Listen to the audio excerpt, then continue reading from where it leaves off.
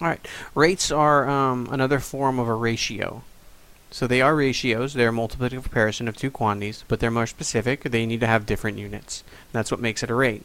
It's still a ratio. This is still a 1 to 2 ratio. And how you would write it is a 1 to 2 ratio of persons to horses, or people to horses. But here we're keeping it as a rate, so it's one person for every 2 horses. It's a 1 person to 2 horse rate. Alright, so let's write the following as rates.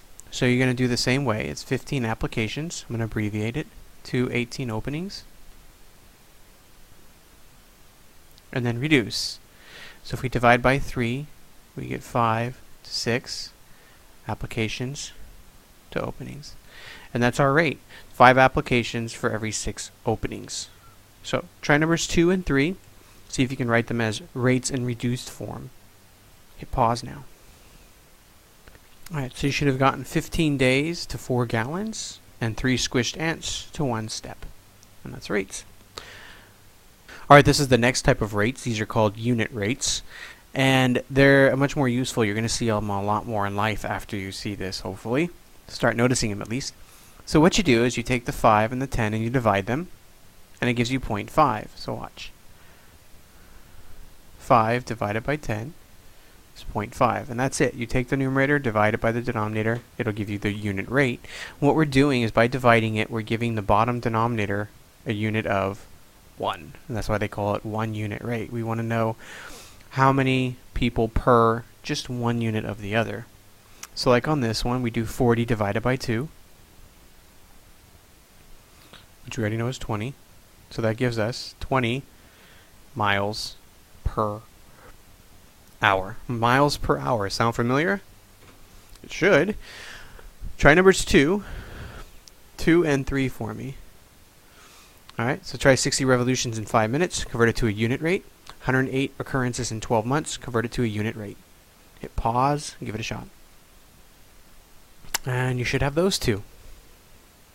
Alright, let's move on to the next one.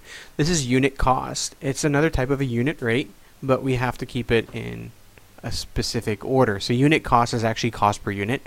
So you're going to take the cost and divide it by the unit. That's it. So you take whatever the cost is, divide it by the number of units, and what it does is it tells you the cost per unit. This is $2.27 per pound. So you want to know how much does it cost per each item. If someone said, oh, if you buy 5 shoes and they're $40 total, we want to know how much does each shoe cost, not what is the, we don't want to know the shoes per dollar. We want to know what is the number of dollars per shoe, which is why we want the money first. So all you do is take the money, divide it by the number of units.